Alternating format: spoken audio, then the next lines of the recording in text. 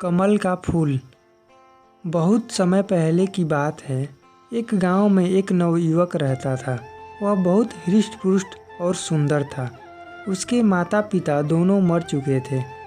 बस एक बड़ा भाई था। युवक के पास माता पिता की दी हुई थोड़ी सी ज़मीन थी। उसी पर वह अपने भाई के साथ खेती करता था। युवक और उसका बड़ा भाई दोनों बहुत मेहनत करते थे। वे खेती किसानी के साथ ही मेहनत मजदूरी भी करते थे। लेकिन इतना सब करने के बाद भी दोनों का गुजर बसर बहुत कठिनाई से होता था।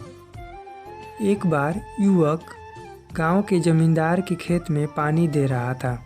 सुबह का समय था। जमींदार के खेत गांव से बाहर थे और खेतों के पास एक बड़ा सा मैदान था। मेलों और त्योहारों के समय गांव के लोग इसी मैदान में एकत्रित होते थे।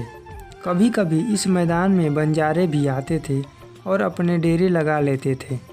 बंजारे कुछ दिन गांव में रुकते और फिर आगे बढ़ जाते थे। जमींदार के खेतों में एक बड़ा कुआं था। युवक कुएं से पानी खींचता और पास की नली में डाल देता। नाली खेतों के बीच से होकर गुजरती थी, अतः पानी खेतों में पहुंच जाता था। युवक पूरे तन मन से काम कर रहा था। अचानक उसे लगा कि उसके पास कोई खड़ा है। युवक ने पीछे मुड़कर देखा। उसके सामने एक बंजारन हाथ में मटका लिए खड़ी थी। युवक ने बंजारन को देखा तो देखता ही रह गया। बंजारन 15-16 वर्ष की थी और बहुत सुंदर थी। युवक ने आज तक कभी इतनी सुंदर लड़की नहीं देखी थी। बंजारन युवक को बड़ी देर से देख रही थी। उसने अपने जीवन में इतना हृष्ट-पुष्ट और सुंदर युवक कभी नहीं देखा था।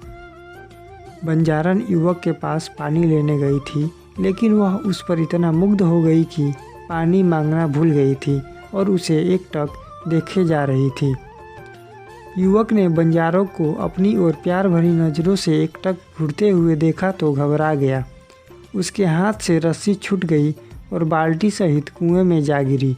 बंजारन ने युवक की यह स्थिति देखी तो खिलखिलाकर हंस पड़ी। उसने युवक से कोई बात नहीं की और डरती हुई अपने डेरे में आ गई। उसने डेरे से एक पतली रस्सी और कांटा उठाया और युवक के पास वापस आ गई। युवक अब अपने पर पूरी तरह नियंत्रण कर चुका था। वह मुस्कुरा रहा था और बंजारन को बड़े प्यार से देख रहा था। बंजारन ने कांटा कुएं के भीतर डाला और कुछ ही क्षणों में रस्सी और बाल्टी बाहर निकाल दी। युवक बंजारन की आंखों की भाषा समझ चुका था। उसने बंजारन का घड़ा भरा और बिना कोई बात किए रस्सी बाल्टी लेकर अपने घर आ गया। युवक को रात भर नींद नहीं आई। वह सारी रात आंखें बंद किए बंजारन के बारे में सोचता रहा। बहुत सुंदर थी। अगले दिन प्रातःकाल युवक पुनः जमींदार के खेतों में पानी देने के लिए कुआं पर आ पहुंचा। उसकी आंखें अलसाई हुई थी और आज उनमें पहले जैसी ताजगी नहीं थी। युवक ने कुएं पर पहुंचकर अभी एक बाल्टी पानी भरा था कि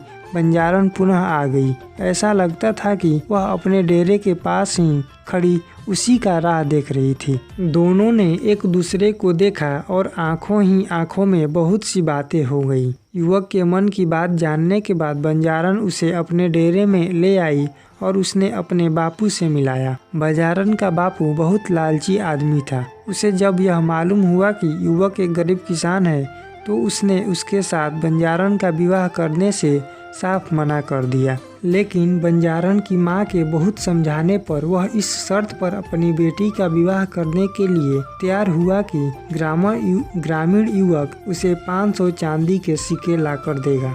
बंजारन के बापू ने युवक को साफ साफ कह दिया कि 5 माह बाद 9 दुर्गा की अष्टमी के दिन कामाख्या मंदिर में वह बकरे की बलि चढ़ाएगा। इस दिन तक यदि उसे चांदी के सिक्के मिल जाएंगे तो वह कामाख्या मंदिर में ही अपनी बेटी का विवाह कर देगा, और यदि युवक चांदी के सिक्के नहीं ला सका तो वह अपनी बेटी किसी और को सौंप देगा।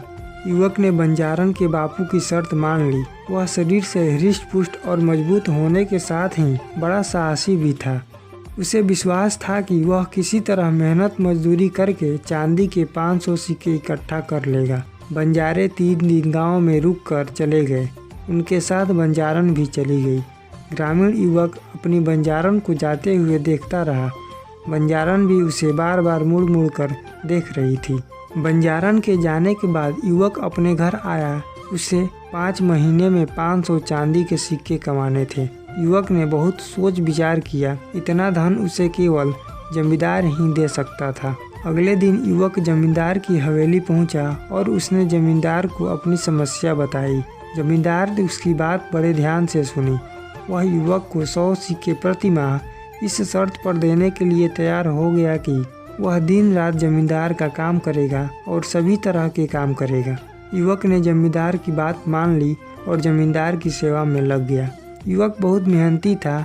वह दिन भर काम करता था और रात को जमींदार की हवेली पर आ जाता था और जमींदार उसे जो भी काम देता वह करता। दिन रात मेहनत करने के बाद युवक बीमार भी पड़ा, किंतु उसने बीमारी में भी जमींदार के सभी कार्य किए। धीरे धीरे 1 महीना हो गया। युवक अपनी चांदी के 100 सिक्के लेने जमींदार के पास पहुंचा, लेकिन जमींदार ने चांदी के सिक्के देने से इनकार कर दिया। उसने युवक को साफ कह दिया कि उसकी इस तरह की कोई बात उसके साथ नहीं हुई थी। युवक को क्रोध आ गया। उसने जमींदार को बहुत बुरा भला कहा और उसे उठाकर पत्थर की चट्टान पर पटक दिया। इससे जमींदार का सिर फट गया और वह मर गया। इसी समय जमींदार के घर वाले और उसके नौकर चाकर आ गए, लेकिन इससे पहले कि वह युवक को पकड़ पाते वह भाग निकला। जमींदार के नौकर ने उनका पीछा किया, किंतु वे युवक को पकड़ नहीं सके और खाली हाथ वापस आ गए।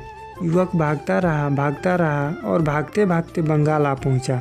यह एक नया स्थान था। युवक को लगा कि वह यहाँ सरलता से चांदी के 500 सिक्के कमा लेगा और अपने बंजारन को ले आएगा और यहीं बस जाएगा। उसके लिए अब गांव वापस लौटना खतरे से खाली नहीं था। युवक को काम की खोज करते करते 3 दिन हो गए, लेकिन उसे कहीं कोई काम नहीं मिला। इसी बीच उसने कुछ खाया पिया भी नहीं था, अतः भूख से उसकी हालत खराब हो रही थी। चौथे दिन प्रातः युवक एक बगीचे में बैठा हुआ कुछ सोच रहा था। इसी समय उसके पास एक सुंदर युवती आकर खड़ी हो गई और उसे देखकर मुस्कुराने लगी। युवक को लगा कि वह स्त्री उसकी कुछ सहायता करना चाहती है। उसने उसे अपने पास बैठाया और सारी बातें बता दी।